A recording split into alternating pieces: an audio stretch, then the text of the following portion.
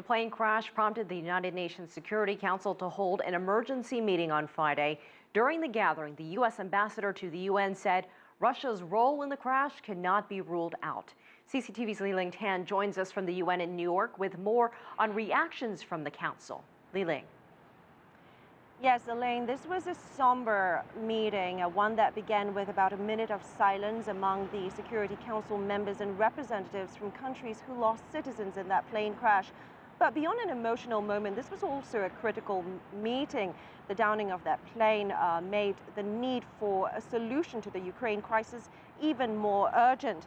Now here, representatives from Malaysia and the Netherlands join Security Council member Australia in calling for accountability. As we know, citizens from these three countries accounted for the most fatalities in that ill-fated flight. Now, the Malaysian ambassador said that Ukraine has invited Kuala Lumpur to be a part of the investigations and that it's sending 2 representatives to Kiev over the next few days. The Netherlands said that should this prove the use of weapons, then it would demand that those responsible be brought to justice. Australia took it a step further, suggesting perhaps the possibility of a UN resolution to reinforce the need for access for investigators. And earlier, there was talk of finger-pointing. Indeed, all that played out here at the Security Council chamber as well. The UK and the US suggested pro-Russian separatists were responsible, while Russia blamed Ukraine and Ukraine blamed Russia.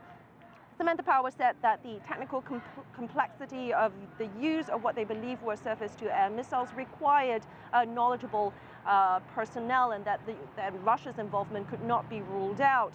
And Yuri Sergeyev, the Ukrainian ambassador, blamed Russia for supplying those surface-to-air missiles to what he called terrorists, while Vitaly Churkin, the Russian ambassador, said the blame is on Ukraine and questioned why Ukraine aviation dispatches would allow a passenger plane to fly over a conflict zone.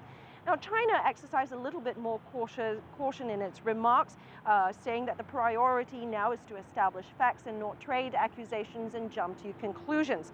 The Security Council also issued an official press statement calling on 3 main things. The first is the need for that investigation, that full, thorough investigation, and also for the need for unfettered access by investigators. And the Council also extended sympathies to the families, the people, and the governments of those who died. Elaine? All right, CCTV's Liling live for us from UN headquarters in New York.